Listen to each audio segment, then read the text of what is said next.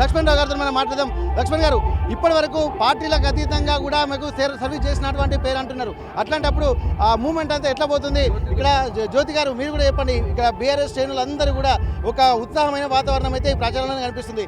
విజయ్ దివస్ సందర్భంగా కూడా 2 రకాల కార్యక్రమాలు కూడా ఇక్కడ ఒక దగ్గర కనిపిస్తున్నాయి. ఎట్లా అనిపిస్తుంది మీకు? మాకు చాలా సంతోషంగా ఉందండి. గ్రామ ప్రజలంతా కూడా, ఏటున్నారం మేజర్ గ్రామ పంచాయతీ ప్రజలంతా కూడా శ్రీలత గారికి ఓటేయడానికి సిద్ధంగా ఉన్నారు.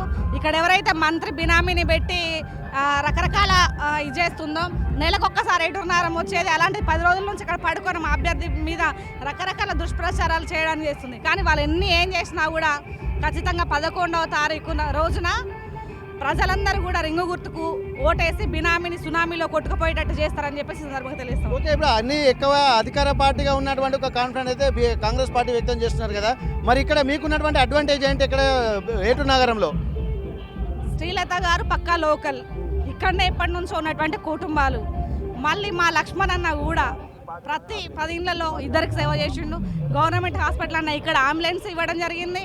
ఇక్కడ ఏటున్నారము ఏది ఫైర్ స్టేషన్కి రావడానికి కృషి చేసిండు. ఇక్కడ ఆయన చేయలేనటువంటి పని ఏదీ లేదు. అన్నా అని పోతే నేనున్నా అని చెప్పేసి ఆయన ఖచ్చితంగా ముందటికి వచ్చి సాయం చేస్తారు. మరి అలాంటి వ్యక్తిని ప్రజలు ఎన్నుకుంటారు కదా. ఇక్కడ లక్ష్మణ్ గారు మీరు చెప్పండి ఒక్కసారి. ఇప్పుడు దాదాపు మీ వారసత్వంగా కూడా 300 సంవత్సరాల చరిత్ర ఉందన్నటువంటి విషయాలు మాకు తెలుస్తున్నాయి. నిజంగా ప్రజల నుంచి ఇప్పటి వరకు మీరు ఒక అకుంఠిత దీక్షతో కూడా సర్వీసే ధ్యేయంగా పనిచేస్తున్నారని చెప్పి మీ శ్రేణులు చెప్తున్నటువంటి నేపథ్యంలో మీకు గెలుపుపై ఎట్లాంటి కాన్ఫిడెన్స్ ఉంది?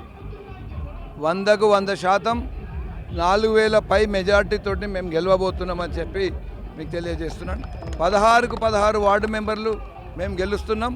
ఇక్కడ ఒక వేవ్ ఉన్నది. ఇక్కడ ఎట్టి పరిస్థితులల్లో ఎవరైతే సేవ చేసినరో వాళ్లకు అవకాశం ఇవ్వాలని చెప్పి ప్రజలు కోరుకుంటున్నారు.